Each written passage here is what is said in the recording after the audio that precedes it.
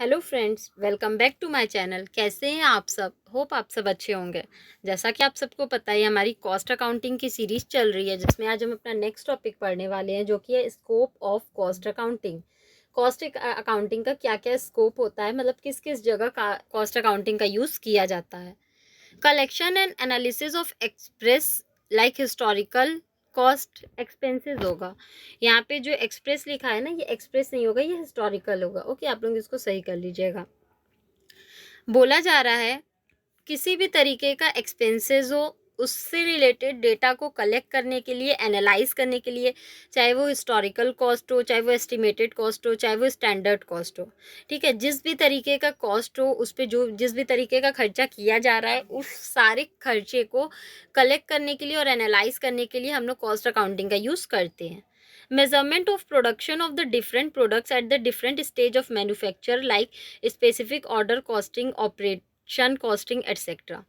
देखा जाता है जो प्रोडक्ट होता है वो हमारा बहुत स्टेज से होके गुजरता है। ठीक है, मैन्युफैक्चरिंग में बहुत सारे स्टेज होते हैं, उससे होके हमारा प्रोडक्ट जाता है।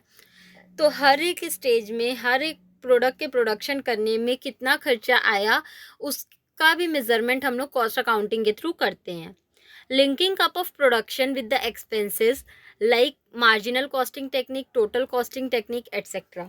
जो भी प्रोडक्शन किया जाता है उसको एक्सपेंसेस के साथ, जितने भी खर्चे होते हैं उसके साथ लिंक किया जाता है, और इसके लिए मार्जिनल कॉस्टिंग टेक्निक का या टोटल कॉस्टिंग टेक्निक का यूज़ किया जाता है। ठीक है, मतलब जो भी कंपनी चीज़ों का प्रोडक्शन करती है और जितने भी वो एक्सपेंसेस करती है, वो आपस में एक दूसरे से क्या होते हैं, लिंक्ड होते हैं।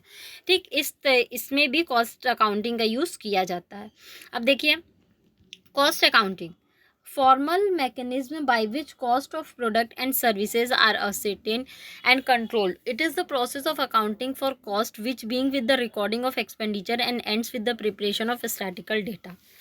कॉस्ट अकाउंटिंग हम लोग बोल सकते हैं जब भी हम लोग को किसी भी तरीके का कॉस्ट एक्सपेंसेस के बारे में कुछ जानना होता है, कुछ इन्फॉर्मेशन कलेक्ट करना होता है, तो हम लोग क्या करते हैं, कॉस्ट अकाउंटिंग का यूज़ कर सकते हैं। ठीक है, करते हैं। जब हमें एक्सपेंडिचर के बारे में रिकॉर्ड करना होता है और हमें कोई स्टैटिकल डाटा प्रिपेयर करना होता है, तो हम लोग कॉस्ट अकाउंटिंग का यूज़ करते हैं।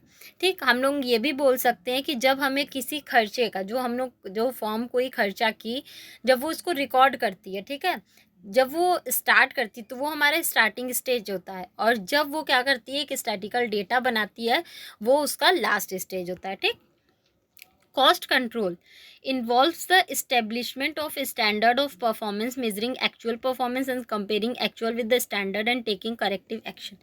कॉस्ट कंट्रोल का मतलब होता है, फर्म क्या करती है, पहले से एक स्टैंडर्ड कॉस्ट बना के रख लेती है कि उसका इतना कॉस्ट इनकर्ड होना चाहिए इस प्रोडक्शन में।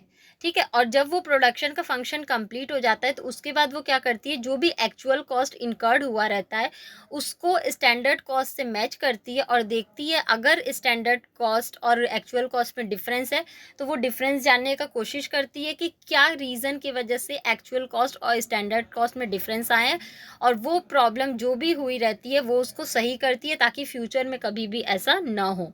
इसको कॉस्ट कंट्रोल बोलते हैं। नेक्स्ट है आपका जो टॉपिक, वो है कॉस्ट रिडक्शन।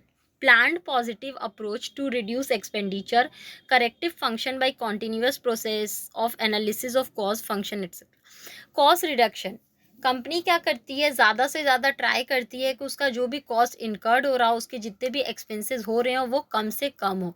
इसके लिए वो क्या करती है, ज़्यादा अच्छे से अच्छे डिसीजन लेती है, पॉलिसीज़ बनाती है, प्लान्स बनाती है, टेक्निक्स इस्तेमाल करती है, जिस टेक्निक का इस्तेमाल करके उसके एक्सपेंसेस कम हो और उसका कॉस्ट कम इनकर्ड हो।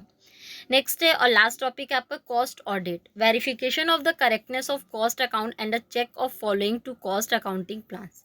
कॉस्ट ऑडिट क्या होता है, जितनी भी कंपनी कॉस्ट से रिलेटेड कॉस्ट अकाउंट बनाई होती है, उन सब का जब वेरिफिकेशन होता है, वो सब जब चेक होते हैं कॉस्ट अकाउंट, तो वो हमारा कॉस्ट ऑडिट कहलाता है। ठीक है, मतलब जब कॉस्ट से रिलेटेड जितने भी अकाउंट्स बनाए गए होते हैं, जब उनका वेरिफिकेशन होता है, उसको हम लोग कॉस्ट ऑडिट बोलते हैं। ठीक, होप आपको ये टॉपिक समझ में आया होगा। फिर भी किसी को कहीं कोई भी प्रॉब्लम हो तो आप मुझे कमेंट सेक्शन में कमेंट करके पूछ सकते हैं। Thank you so much. Please like, subscribe and share my channel. किसी को इस सब्जेक्ट या किसी भी सब्जेक्ट के नोट्स परचेस करने हो तो वो मेरा डिस्क्रिप्शन बॉक्स चेक कर सकता है। Thank you.